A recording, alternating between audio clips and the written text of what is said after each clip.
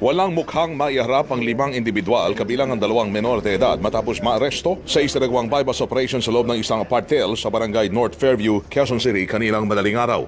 Tinarget sa operasyon si Hill Blanca, 36 anyos, na nabila ng 500 pisong halaga ng pakete ng shabu sa may labi ng apartel. Pagkadakip, inginuso naman niya ang source ng ibinebentang illegal na droga na si Rosalia de la Cruz alias Mother na naka-check-in sa isa sa mga kwarto ng naturang apartel. Agad isinugod ng pulisya ang kwarto ni De La Cruz at doon nakita rin ang kasintahan ni Blanca na si Shane Valerie Cruz at 16 anyos na lalaki. Yung pag-bypass operation, to si Hill. And then nahuli to si Hill and then tinuro niya na dito sa room yung si Mother. Tsaka yung kasama ng isang waitress na pangalan natin na si Shane. Tapos yung 2 bata na minor, during sa bypass operation, nakita dito na bumili din ng yung drugs na may position sa drugs din. Todo tanggi naman ang mga naaresto sa bintang ng pagtutulak ng illegal na droga.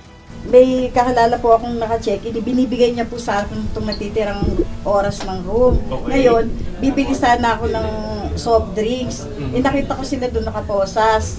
Tapos di umalis na ako, hinabag nila ako. May manakawang drugs sa'yo eh. Hindi po sa akin yan. Kayo po ba yung gumagamit? Hindi po. Nagbebenta po? Hindi po. Wala naman nakuha sa akin. Ayon sa pulisya, dati nang nakulong sina De La Cruz at Blanca dahil sa kaso ring may kaugnayan sa illegal na droga. At nang makalabas daw sa kulungan, muling bumalik sa pagbebenta ng shabu. Para naman, di mahalata, kalimitan daw sa hotel o apartel isinasagawa ng grupo ang kanilang transaksyon. Yung mga parokyano nila sa labas, doon sa labas magbintahan ng drugs. And then, kaya nga na subject to si Hill na ng bypass doon sa labas. And then tinuro ni Hill na yung kasama niya si Mother, yung subject sa bypass nasa loob dito sa isang. Na-recover sa mga sospek ang 26 na sachet ng shabu, bypass money at mga drug paraphernalia. Maharap ang 3 sa kanila sa kasong paglabag sa Comprehensive Dangerous Drugs Act of 2002 habang iti-turnover naman sa DSWD ang 2 kasama nilang menor de edad. Weng de la Peña, Radio Pilipinas.